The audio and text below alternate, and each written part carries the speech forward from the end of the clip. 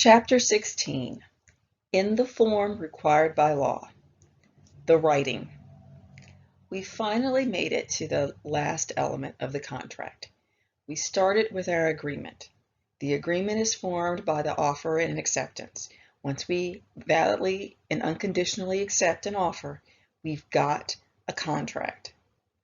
All of the other elements are assumed to be present unless one of the parties brings it up as an issue. We have competent parties who've expressed genuine assent, who've exchanged consideration, their contract is for a lawful purpose, and now, if that contract has been put in the form required by law, then all of the elements of the contract are present.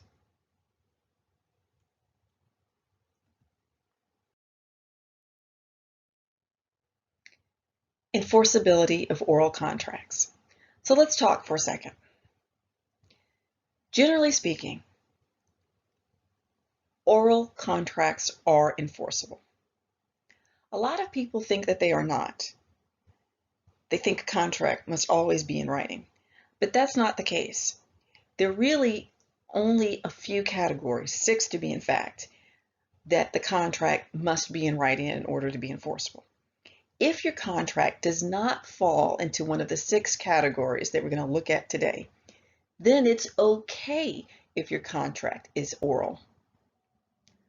The problem with the oral contract is that it can be hard to prove. So, in the legal community, we have stressed upon people that you should always put your contract in writing. We stress that to people because what ultimately you want to be able to do is be able to prove that there was a contract. And the easiest way to do that is to put it in writing. But the only contracts that have to be put in writing are the 6 types of categories that we're going to talk about. So that's why this category is called in the form required by law, because some contracts are not required by law to be in writing, but 6 are.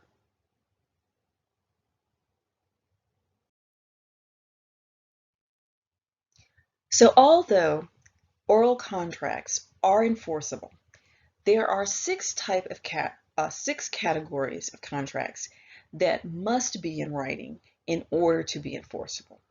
And the 6 categories of contracts that have to be put in writing are typically said to, it's because we want to prevent fraud. These 6 categories are so important that we don't want to rely on an oral agreement. We don't want to take the word of one party versus another. We want to make sure that they are placed in writing.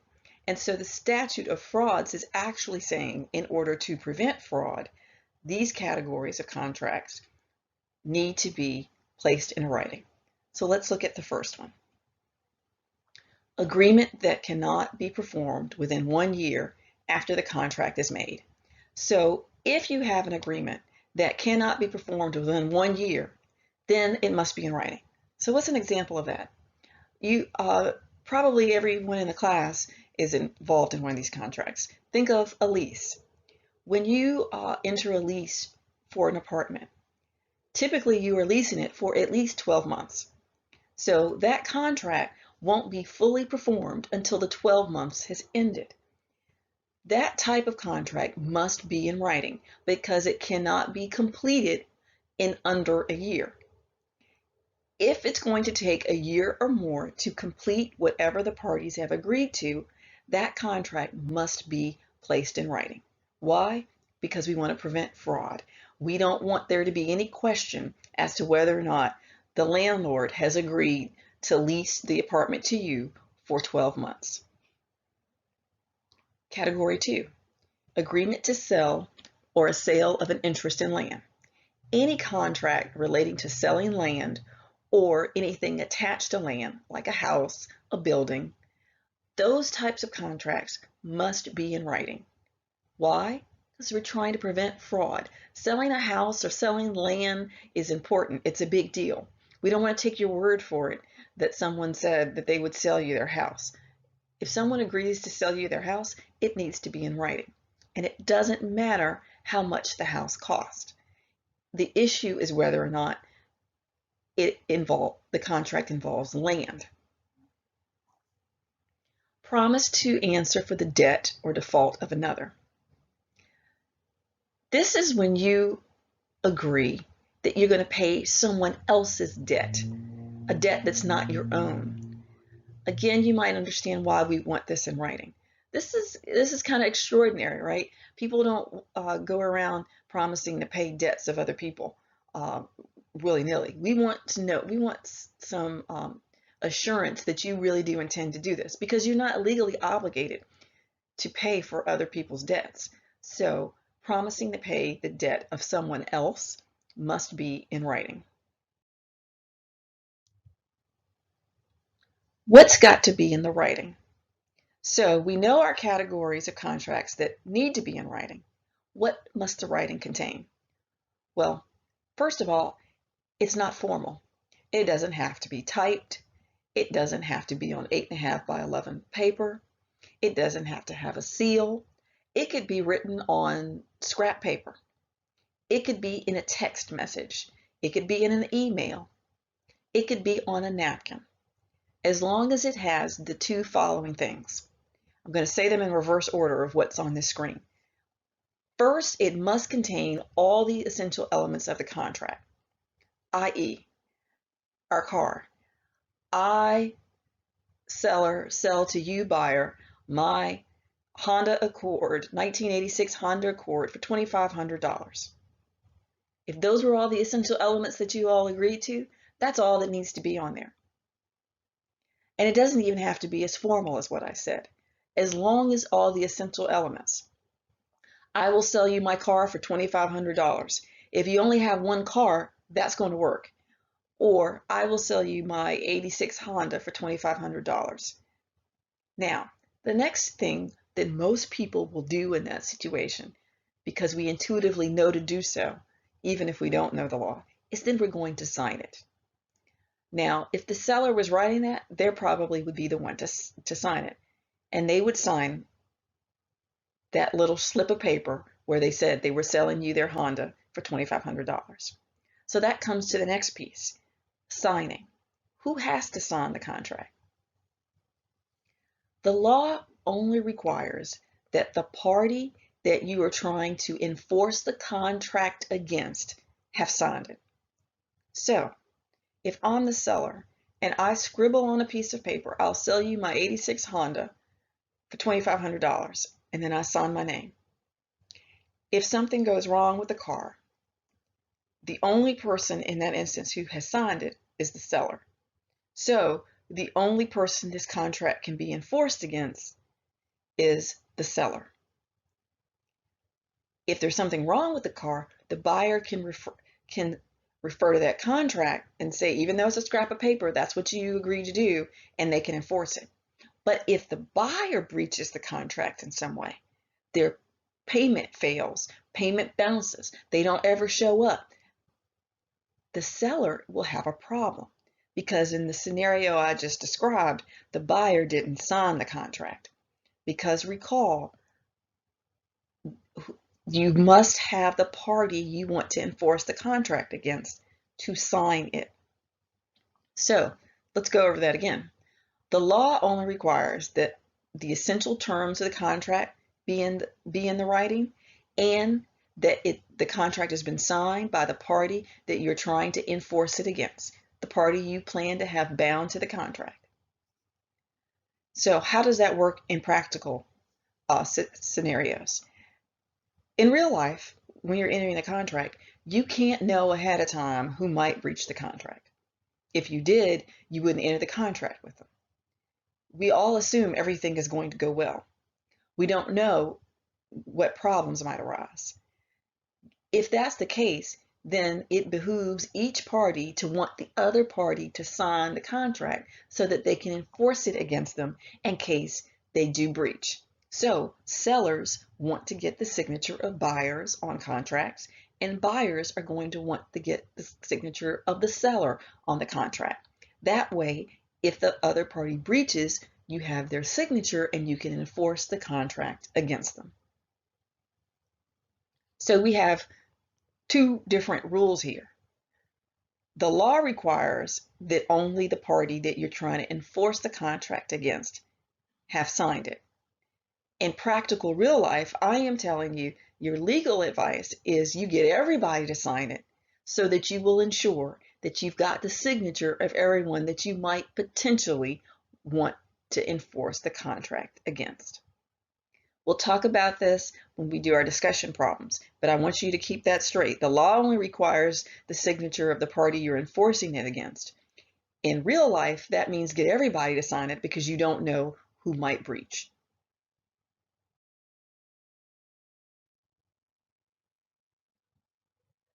What's the effect of non-compliance? What's the effect if the contract should have been in writing, but you didn't get it in writing? You were supposed to put the sales contract to sell your house in writing, but you didn't. What's the effect? The contract is void. That means it's unenforceable. Now, who's going to raise this defense? It's going to be one of the parties to the contract.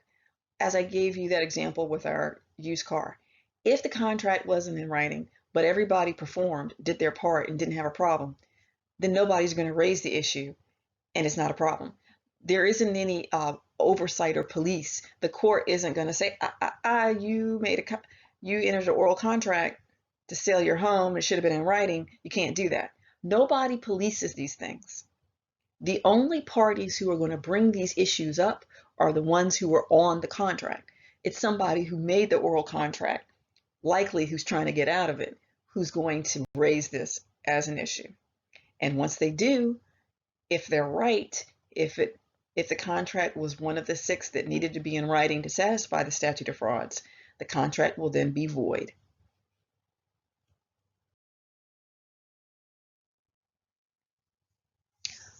Parole evidence rule. Now, what does this mean? First of all, I hope you all looked up what does parole mean in this context. It's not when you get out of jail and you've got a little bit of probationary time, although it does come from the same root. Parole, the word parole means outside. So when someone who's come out of jail is on parole, they are out of jail, they're out free, but they've been released from their imprisonment. And parole evidence rule refers to outside evidence. So, generally speaking, the courts prohibit parties who are trying to attack a contract from bringing in outside evidence to try to add, modify, or contradict what was written in a final contract. So I want you to think about that. So if you are a party to a contract and you're trying to undermine it in some way and say, hey, yeah, it says on the paper that I was going to pay $2,500 for the car, but we actually had said that $2,500 was going to be in installments, but they were going to give me the car as soon as I gave them a down payment. You're bringing in information that took place outside of this written agreement. And if you're bringing that in to add to, modify, or contradict the terms of the written agreement, court is not going to allow you to do that. Why? Because that if people can bring in evidence about conversations you had outside of what's written on the paper, it undermines the concreteness and the finality of the contract. We want people to know that what's in the contract, what's in the written contract, is what governs.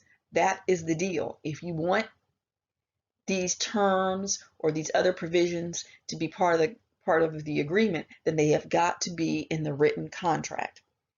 If they don't make it into the written contract, they're not part of it.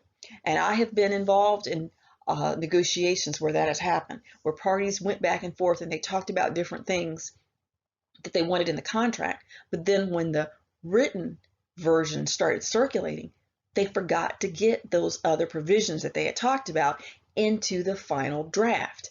That is the fault of the parties. You have to read the contract and make sure before you sign it that the written final copy of the contract contains everything that you had negotiated. If it doesn't, the court is going to use this parole evidence rule and say you can't bring in parole, i.e. outside evidence, to add to, modify, or contradict the terms of a complete written contract. Now, I hope you recognize from our class by now that that means you recognize that there are opportunities here to get around this law. If you're bringing in outside evidence that won't add to, modify, or contradict the contract, then you might be able to bring it up, right? Or if you can somehow argue that the contract that the party is showing you was not the complete written contract, it was only a draft, then you can bring your parole evidence in.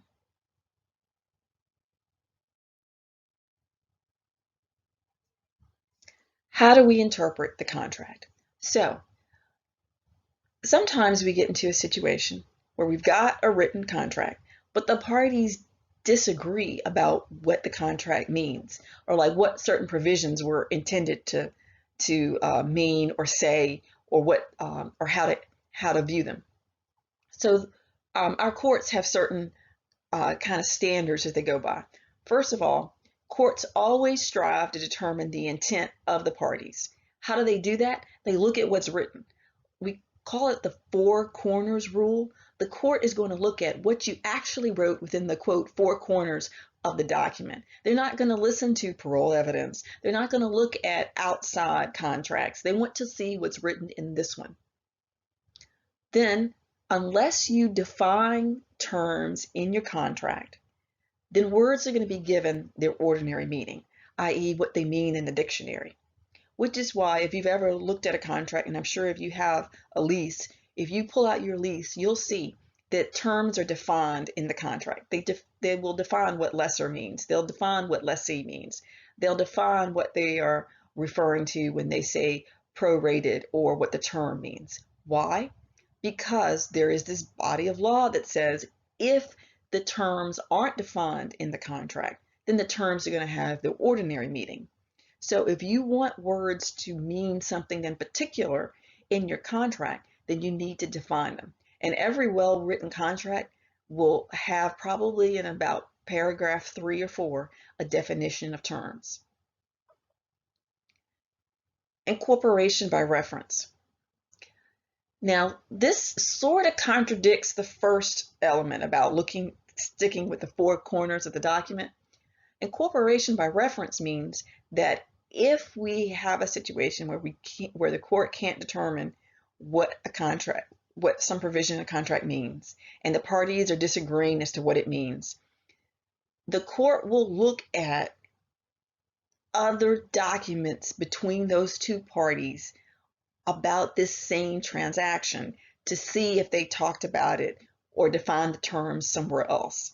So for instance, if you had a series of drafts, agreements prior to the final agreement, and the parties are disagreeing with what a term means in the final agreement, if the court can look at previous drafts between those parties and figure out what they intended, then that's incorporating by reference to the other documents.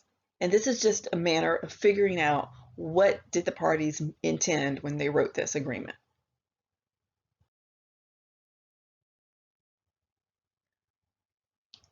Also, courts have this concept of looking at the whole contract. We don't look at it in bits and pieces. We try to figure out what as a whole the parties were trying to do.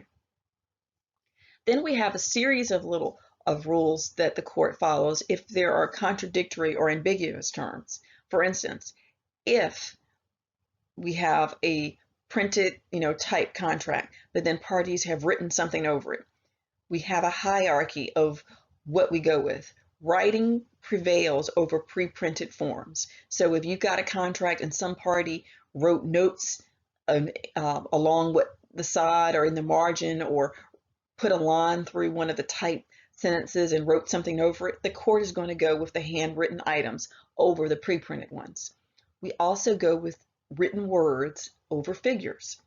What does that mean? Recall in our used car contract, there was 2 spaces where you wrote how much the car was going to cost. There was a long line where I instructed everybody, that's where you write out in words how much the buyer is going to pay. Then you wrote in numerals how much you were going to pay. So let's go back to our $2,500. So what if you had written $2,300, and then with the numerals you had written correctly, or at least what you think is correctly, 2500 decimal 2 zeros, so that the number said 2,500 but the word said 2,300. Nobody catches it, both parties sign it, and then there's a dispute. The buyer only tenders $2,300 and the seller is like, no, we agreed to $2,500. If you had that situation, the buyer would say, well, no, look in the contract. It says $2,300 right there in writing, in the words. And you, the seller, would say, well, no, in the numbers it says 2,500. So how do you resolve that? Courts go with words over figures, over the numbers. And this is true in all situations. If you, I know you all probably don't write checks anymore, but if you write a check, you'll notice on checks, you write the numbers and then you write it out in words. If you make a mistake on the check and the numbers and the words don't match, the bank is going to process that check based upon the written words, what the numbers are, not numerals. That is a method of construction that we use in law. And also typically any ambiguities in the contract, like things that are, it's uncertain what the parties meant, courts always construe the contract against the drafting party. What does that mean? If you, the seller, wrote the contract, they're going to give the benefit of the doubt to ambiguous terms to the buyer. Because what the court is going to reason is that, seller, you wrote the contract. You should have written it. You had every opportunity to make it clear and to write the terms that you wanted. So we are going to interpret it against you, the drafter, and in the favor of the person who didn't draft it. So you've got to be careful.